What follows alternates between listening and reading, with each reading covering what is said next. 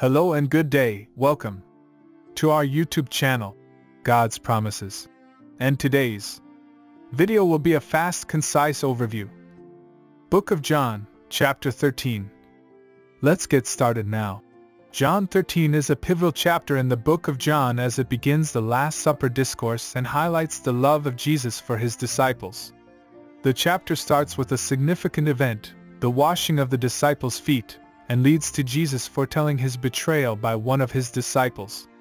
It concludes with Jesus giving a new commandment to his disciples to love one another, as he has loved them. The story begins with Jesus washing the feet of his disciples, which was traditionally the job of the lowest servant in the household.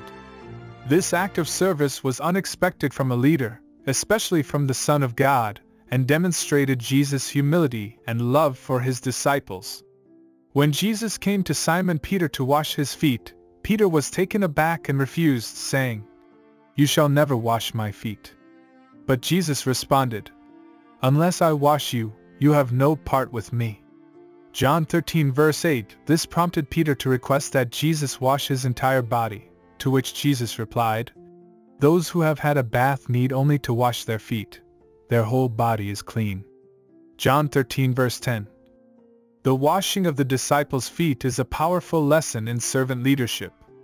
Jesus used this act to teach his disciples about the importance of serving others and the humility required to do so.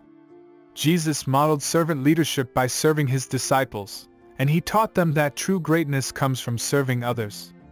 As Jesus said in Matthew 20 verse 28, "The Son of Man did not come to be served, but to serve, and to give his life as a ransom for many."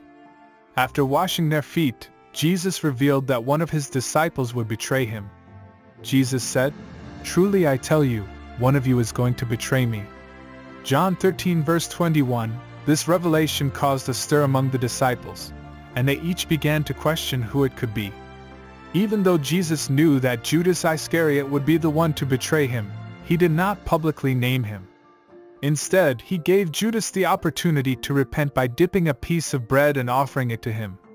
However, Judas did not take the opportunity, and Jesus said to him, "What you are about to do quickly."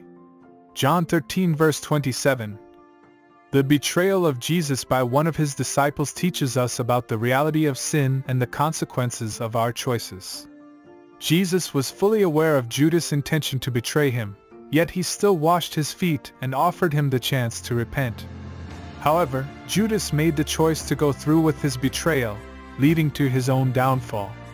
We must also be aware of the choices we make and their consequences, and we should strive to make choices that honor God and bring about good. After Judas' departure, Jesus gave his disciples a new commandment to love one another, as he has loved them. Jesus said, "A new command I give you, love one another. As I have loved you, so you must love one another. By this everyone will know that you are my disciples if you love one another." John 13 verses 34 to 35, this commandment emphasizes the importance of love in Christian living and is the foundation of all Christian relationships. The new commandment to love one another also teaches us about the nature of God.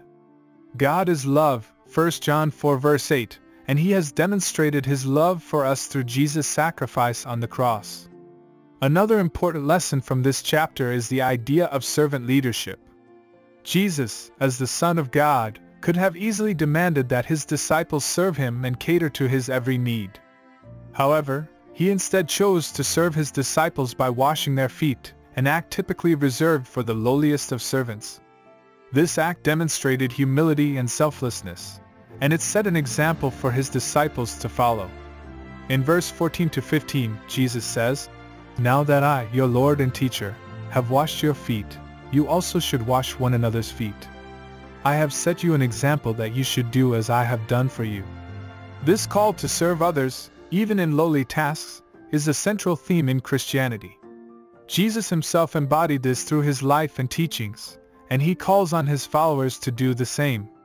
This idea of servant leadership can be applied to many aspects of life. In the workplace, for example, a leader who is willing to serve their employees and put their needs before their own can create a more positive and productive work environment.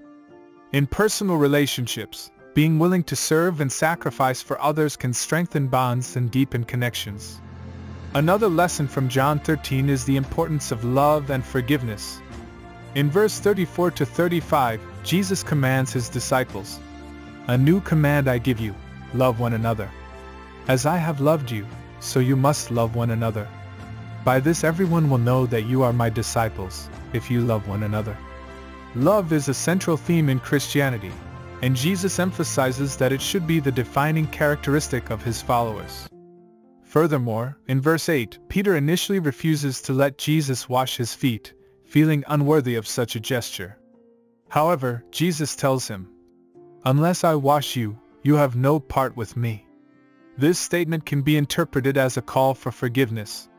Just as Jesus forgave Peter and washed his feet despite his initial refusal, Christians are called to forgive others even when it may be difficult or seem undeserved.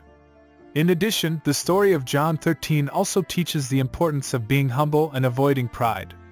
In verse 16, Jesus says, "Very truly I tell you, no servant is greater than his master, nor is a messenger greater than the one who sent him." This statement reminds us that no matter how successful or powerful we may become, we should always remain humble and remember that we are not greater than those around us. In summary, John 13 provides several important teachings and lessons for Christians to follow. The act of washing his disciples' feet demonstrated Jesus' humility and selflessness, and set an example for his followers to serve others through acts of kindness and sacrifice.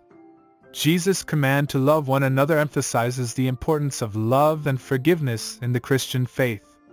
Lastly, his reminder to remain humble and avoid pride serves as a reminder that success and power should not define us as individuals. By following these teachings and applying them to our daily lives, we can strive to live a more Christ-like existence and make a positive impact on those around us. Thank you for visiting us today. Please share with us your favorite Bible chapter below in the comments section. Don't forget to like and subscribe. It really does help our channel grow. Looking forward to see you back here for our next video. Always take good care.